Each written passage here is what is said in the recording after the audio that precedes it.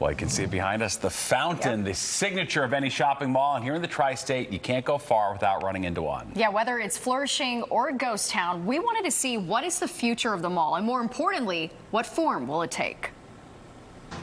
The Great American Mall, that pop culture hallmark.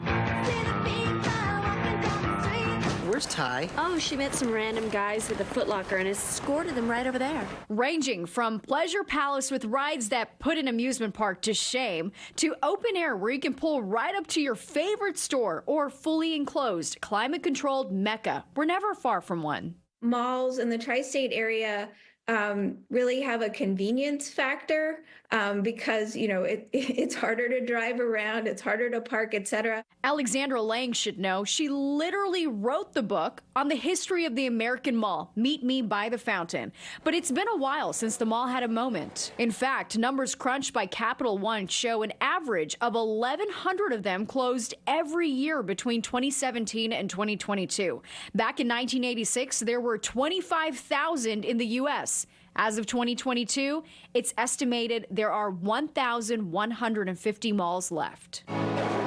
Many writing the vast retail arcades off, calling them a casualty of the pandemic or relic of a bygone era. I don't usually come to the mall, but, you know, it's a nice occasion. It's my wife's birthday, so we're just coming to, you know, look around.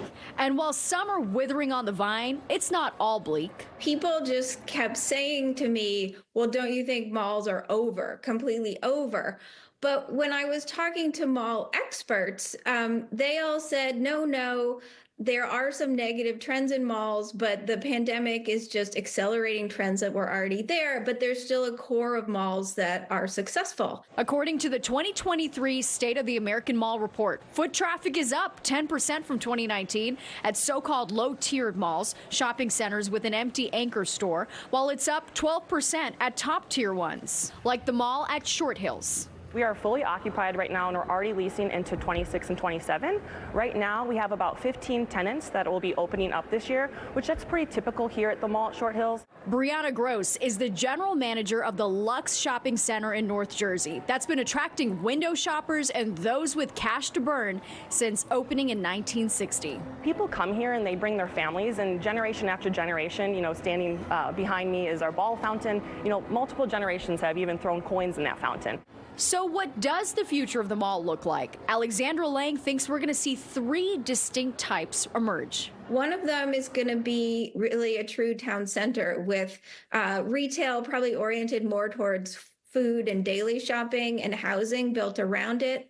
I think we'll still have some of the great classic malls. And then I think there'll be a third type that's really more entertainment oriented. Which means chances are your local mall, in some form, could be alive with the sound of swiping and tapping and maybe even cash registers opening for years to come. And just in case you thought that it's just grandma and grandpa hitting the mall, it's actually not. According to Ipsos, 58% of shoppers are between 18 and 34.